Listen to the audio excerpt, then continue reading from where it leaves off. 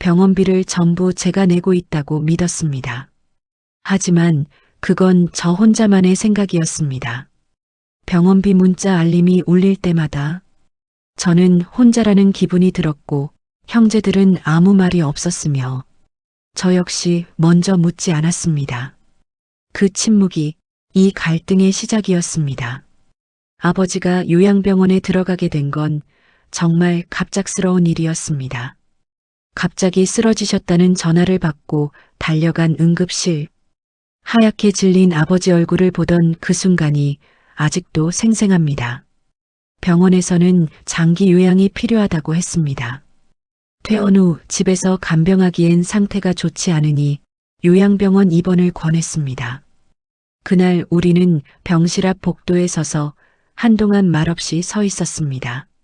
형제 넷이 모인 건 오랜만이었습니다. 명절도 아닌데 이렇게 모이는 일이 드물었거든요. 복도 창문 너머로 저녁 노을이 보였습니다. 누군가 기침 소리를 냈고 간호사들이 복도를 지나갔습니다.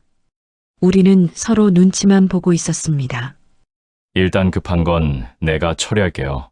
누가 먼저랄 것도 없이 제 입에서 그 말이 나왔습니다. 형제들은 안도하는 듯 고개를 끄덕였고 그 말은 자연스럽게 제 몫이 되었습니다. 큰형이 제 어깨를 툭 쳤습니다. 수고한다. 급하면 연락해. 둘째 형도 고맙다는 말을 건넸습니다. 막내는 그저 미안한 표정으로 고개를 숙였습니다. 저는 형제들 중 가장 가까이 살고 있었고 병원에 오가기에도 가장 수월했으니까요. 차로 20분이면 닿는 거리였습니다. 병원비 상담도 제가 받았습니다. 상담실에 혼자 앉아 직원의 설명을 들었습니다. 입원비, 간병비, 식비, 치료비. 항목들이 나열될 때마다 고개를 끄덕였습니다. 입원 서류도 제가 처리했습니다. 보호자란에 제 이름을 적고 연락처를 남겼습니다. 자동이체 등록할 때도 제 통장 번호를 적었습니다. 처음엔 전혀 부담스럽지 않았습니다. 부모 일이었고 형제들이 나중에 정산해 줄 거라 당연히 믿었으니까요. 우리는 그런 가족이었으니까요. 한 달이 지났습니다. 어느 날 휴대폰에서 문자 알림음이 울렸습니다. 통장에서 병원비가 빠져나갔다는 메시지였습니다. 2달째, 이번엔 금액이 조금 달랐습니다. 추가 검사비가 포함된 거였습니다. 문자를 보는 순간 처음으로 형제들 얼굴이 잠깐 스쳐갔습니다. 3달째, 4달째, 매달 같은 시간에 문자가 왔습니다. 간병비가 추가될 때도 있었고 물리치료비가 붙을 때도 있었습니다. 금액은 늘 조금씩 달랐지만 한 가지는 변하지 않았습니다. 제 통장에서만 돈이 나간다고 믿고 있었던 겁니다. 형제들은 자주 전화를 했습니다. 큰형은 주로 주말에 전화했습니다. 요즘 아버지는 좀 어떠셔? 둘째 형은 평일 저녁에 연락했습니다. 많이 불편해하시지는 않으셔? 막내는 가끔 문자를 보냈습니다. 형이 고생이 많아. 그 말들이 고맙지 않았던 건 아닙니다. 진심이 담긴 목소리였고 걱정하는 마음도 느껴졌습니다. 하지만 어느 순간부터 이상한 기분이 들기 시작했습니다. 전화를 끊고 나면 자꾸 병원비 이체 내역이 떠올랐습니다. 병원비 이야기는 왜 아무도 안 하지? 어느 날 밤 잠들기 전에 통장 잔액을 확인했습니다. 침대에 누워 휴대폰을 켰습니다. 손가락으로 계산기를 두드렸습니다. 1달, 2달, 3달. 화면에 숫자가 쌓여갔습니다. 누적된 금액을 보는 순간 가슴이 답답해졌습니다. 왜 항상 내가 먼저 내고 있는 걸까? 형제들은 이걸 알고는 있는 걸까? 그 질문이 처음으로 마음속에서 또렷해졌습니다. 하지만 선뜻 말을 꺼내기가 쉽지 않았습니다. 제가 먼저 자처한 일이기도 했고 돈 이야기를 꺼내는 게 왠지 서먹해 보였으니까요. 며칠 뒤 병원에서 또 전화가 왔습니다. 발신자 표시에 요양병원이라는 글자가 떴습니다. 심장이 덜컥 내려앉았습니다. 이번엔 추가 검사가 필요하다는 연락이었습니다. 비용은 예상보다 많이 나왔습니다. 전화를 끊은 뒤 한동안 휴대폰을 내려놓지 못했습니다. 손이 조금 떨리고 있었습니다. 그날 밤 서랍에서 영수증 묶음을 꺼냈습니다. 형광등 불빛 아래서 그 숫자들을 하나하나 눈으로 따라갔습니다. 형제들은 이걸 정말 모르고 있는 걸까? 아니면 알면서도 모르는 척하고 있는 걸까? 그 의심이 스멀스멀 올라왔습니다. 그럼에도 그 의심이 형제들을 미워해서가 아니라 혼자라고 느꼈기 때문에 생겼다는 걸 그땐 몰랐습니다. 다만 제 자신이 너무 비참하게 느껴졌습니다. 형제들을 의심하고 있다는 게 스스로도 싫었습니다. 우리는 좋은 형제들이었는데 하지만 한번 시작된 생각은 쉽게 멈추지 않았습니다. 며칠을 망설였습니다. 말을 꺼낼까 말까 가족 단체방을 몇 번이나 열었다가 닫았습니다. 메시지 입력창에 손가락을 올렸다가 다시 지우기를 반복했습니다. 어떻게 말을 꺼내야 할까? 머릿속으로 수십 번 문장을 고쳤습니다. 결국 어느 날 밤 용기를 내서 메시지를 보냈습니다. 밤 11시가 조금 넘은 시각이었습니다. 길게 쓰지는 않았습니다. 이번에 추가 비용이 좀 나왔어. 이제는 병원비를 정리해야 할 것 같아. 전송 버튼을 누르는 순간 심장이 두근거렸습니다. 메시지가 전송되고 3표시가 떴습니다. 휴대폰을 내려놓고 물을 마셨습니다. 부엌을 왔다 갔다 했습니다. 시계를 보니 5분밖에 지나지 않았습니다. 그런데 생각보다 빨리 답장이 왔습니다. 휴대폰이 진동했습니다. 큰형이 먼저 답했습니다. 그동안 네가 내고 있는 줄 알고 있었어. 메시지를 읽는 순간 눈을 깜빡였습니다. 다시 한번 읽었습니다. 이어서 둘째 형도 메시지를 보냈습니다. 말 안 해서 그냥 그렇게 하는 줄 알았지.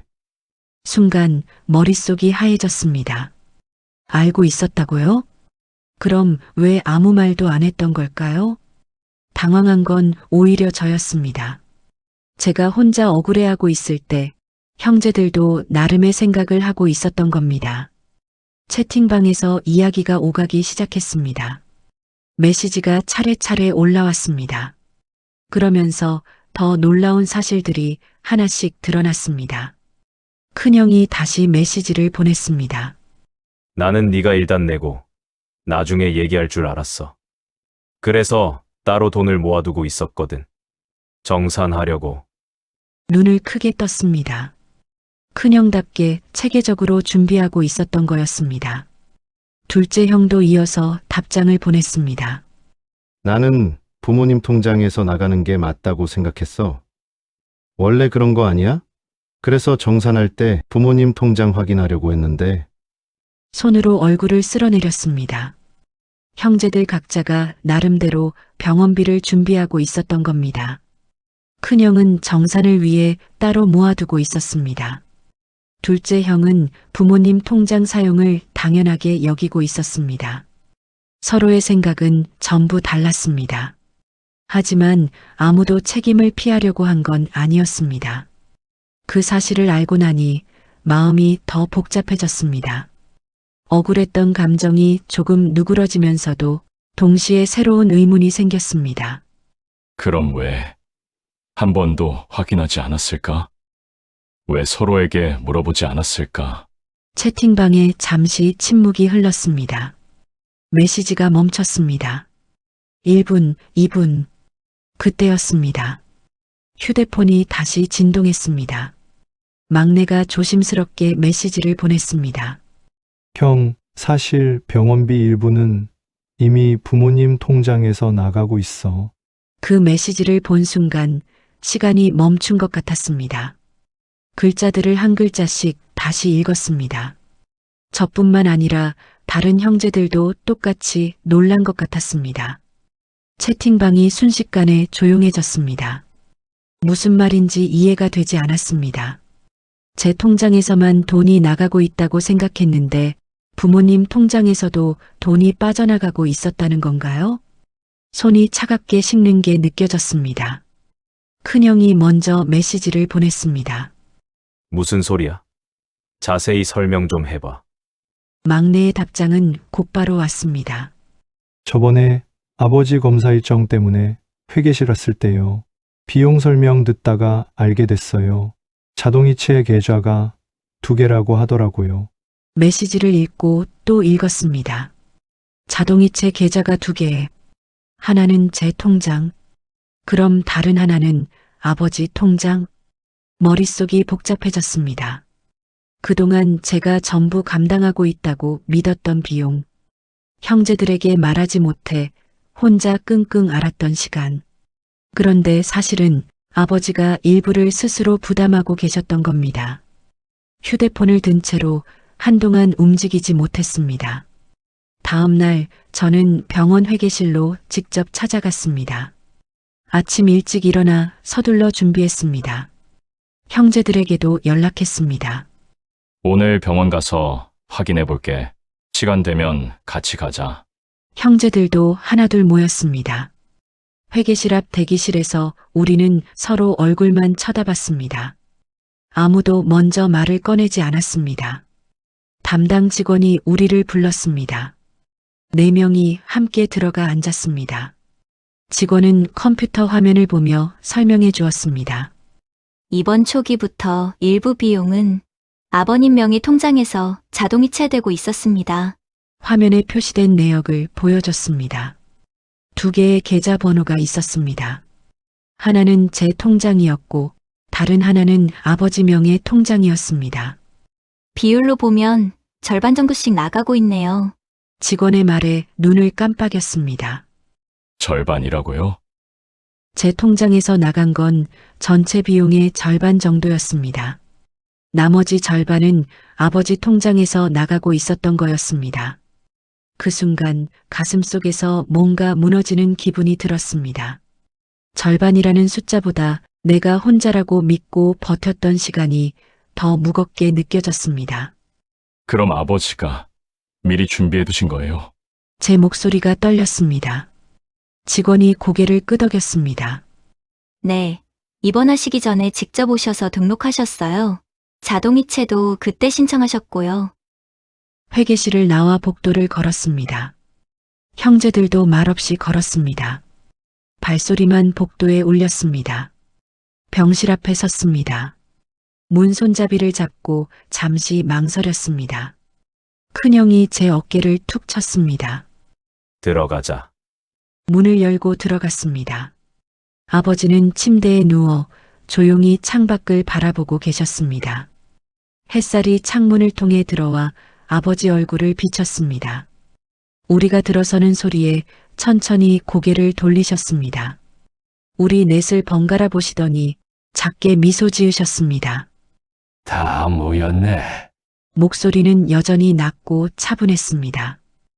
아버지, 제가 침대 옆으로 다가가 조심스럽게 말을 꺼냈습니다. 병원비 아버지 통장에서도 나가고 있었어요? 아버지는 잠시 말없이 저를 바라보셨습니다. 주름진 손이 이불 위에 놓여 있었습니다. 천천히 고개를 끄덕이셨습니다. 요양병원 들어오기 전에 적금을 정리했다. 아버지의 목소리는 평소처럼 담담했습니다. 자식들 부담될까봐 병원비로 쓰라고 남겨뒀지. 그 말을 듣는 순간 가슴이 먹먹해졌습니다. 형제들도 모두 말없이 아버지를 바라봤습니다. 막내는 고개를 숙였습니다. 둘째 형이 침대 옆으로 다가갔습니다. 왜? 말씀 안 하셨어요? 아버지는 잠시 침묵하셨습니다. 창밖을 보시더니 천천히 입을 여셨습니다. 너희가 싸울까봐 말 안 했다. 그 한마디에 지난 몇 달간의 상황이 모두 설명되는 것 같았습니다. 아버지는 자식들이 서로 부담을 떠넘길까봐 걱정하셨던 겁니다. 돈 때문에 형제들이 다툴까봐, 관계가 틀어질까봐 그게 두려우셨던 거였습니다. 그래서 미리 준비해 두시고 조용히 당신 몫을 감당하고 계셨습니다. 우리에게 말씀하지 않으신 이유도 우리가 서로 마음 상할까 봐였습니다. 큰형은 정산을 위해 돈을 모으고 있었습니다. 형제들끼리 나눠내야 한다고 생각하면서요. 둘째 형은 부모님 통장 사용을 전제로 생각하고 있었습니다. 당연히 그렇게 될 거라 믿으면서요. 저는 저 혼자만 감당하고 있다고 믿으며 서운해했습니다. 아무도 관심 없는 줄 알고 속상해하면서요. 결국 우리 모두 서로의 마음을 확인하지 않은 채 각자의 생각 속에 갇혀 있었던 겁니다. 병실에 한동안 침묵이 흘렀습니다. 누군가 코를 훌쩍이는 소리가 들렸습니다. 막내였습니다. 아버지가 천천히 손을 들어 막내 머리를 쓰다듬으셨습니다. 괜찮다. 다들 고생했어. 그 말에 더 이상 참을 수가 없었습니다. 제 눈에서도 눈물이 흘러내렸습니다. 병실을 나와 복도에 섰습니다. 형제들과 함께 창가에 모여서서 이야기를 나눴습니다. 앞으로의 일을 정리했습니다. 누가 얼마를 부담할지 어떻게 나눌지 명확히 정했습니다. 큰형이 말했습니다. 앞으로는 이런 일 없게 하자.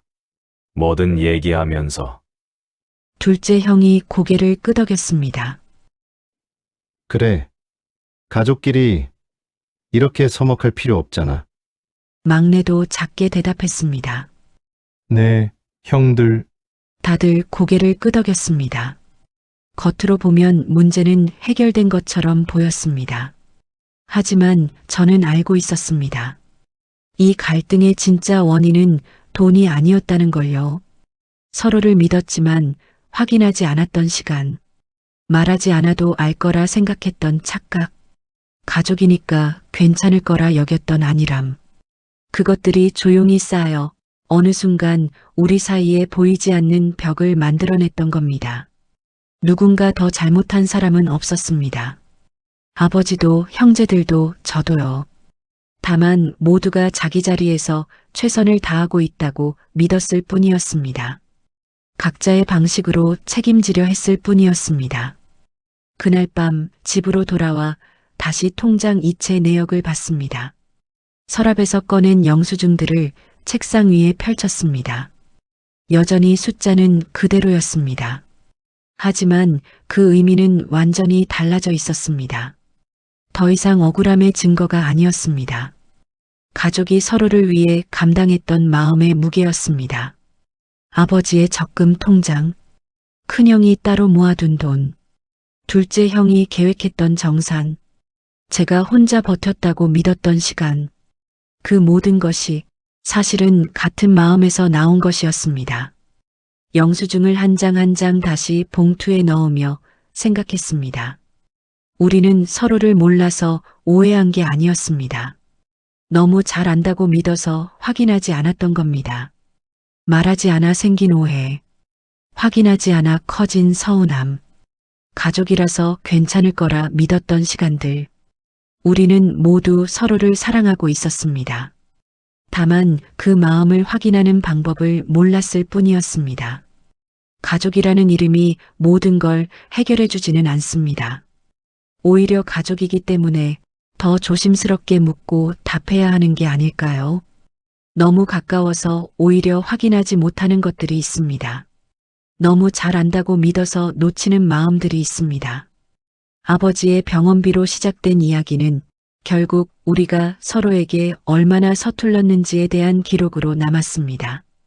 여러분의 가족은 지금 서로의 마음을 확인하고 계신가요? 가족이라서 더 묻지 못한 게 있지는 않나요? 이 이야기가 여러분께 작은 울림이 되었기를 바랍니다. 오늘도 황금빛 노을을 찾아주셔서 감사합니다. 구독과 좋아요는 더 좋은 이야기를 전하는 큰 힘이 됩니다. 댓글로 여러분의 이야기도 들려주세요. 편안한 밤 되세요.